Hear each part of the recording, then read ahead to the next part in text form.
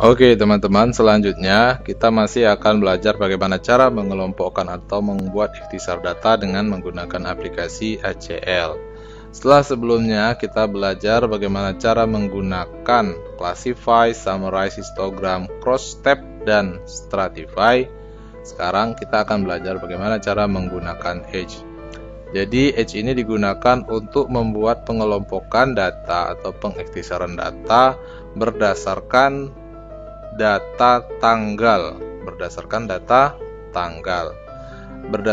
tanggal dibanding dengan tanggal tertentu. Jadi ketika kita ingin misalnya melihat umur tanggal suatu piutang per hari ini, jadi kita harus memiliki tanggal pembanding, misalnya tanggal hari ini terhadap tanggal yang ada di data yang akan kita bandingkan.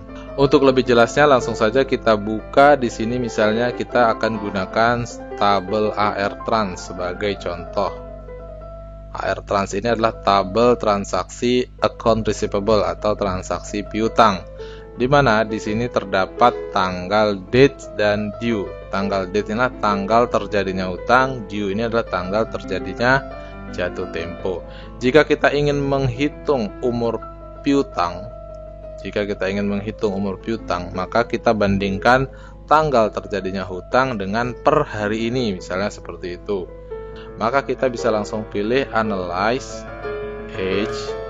Di sini age on-nya ini kita pilih date karena kita ingin membandingkan tanggal pencatatan piutang, bukan tanggal jatuh temponya. Misalnya seperti itu. Ini bebas aja sih. Misalnya tanggal pencatatan hutangnya yang mau kita nilai. Kemudian kita pilih OK, dan di sini ada cut off date, yaitu tanggal yang akan kita jadikan pembanding. Misalnya kita ingin menghitung umur piutangnya per hari ini. Hari ininya itu karena transaksi piutangnya rata-rata terjadi di tahun 2000, maka ini kita ubah saja di tahun 2000. Jadi kita mau membandingkan tanggal pencatatan piutang dengan cut off date dibagi dengan periode ini teman-teman. Periode 10, 30, 60, 90, 120 ini harinya. Kemudian nanti akan ada totalnya. Total per kelompok ini. 0 sampai 29 hari totalnya berapa? 30 sampai 59 hari totalnya berapa? Ini pembagian agingnya. Dan di sini juga ada fungsi if seperti biasa. Kemudian di sini ada output, kita pilih screen, kemudian kita pilih OK. Dan ini hasilnya teman-teman berdasarkan pembagian yang telah kita lakukan tadi.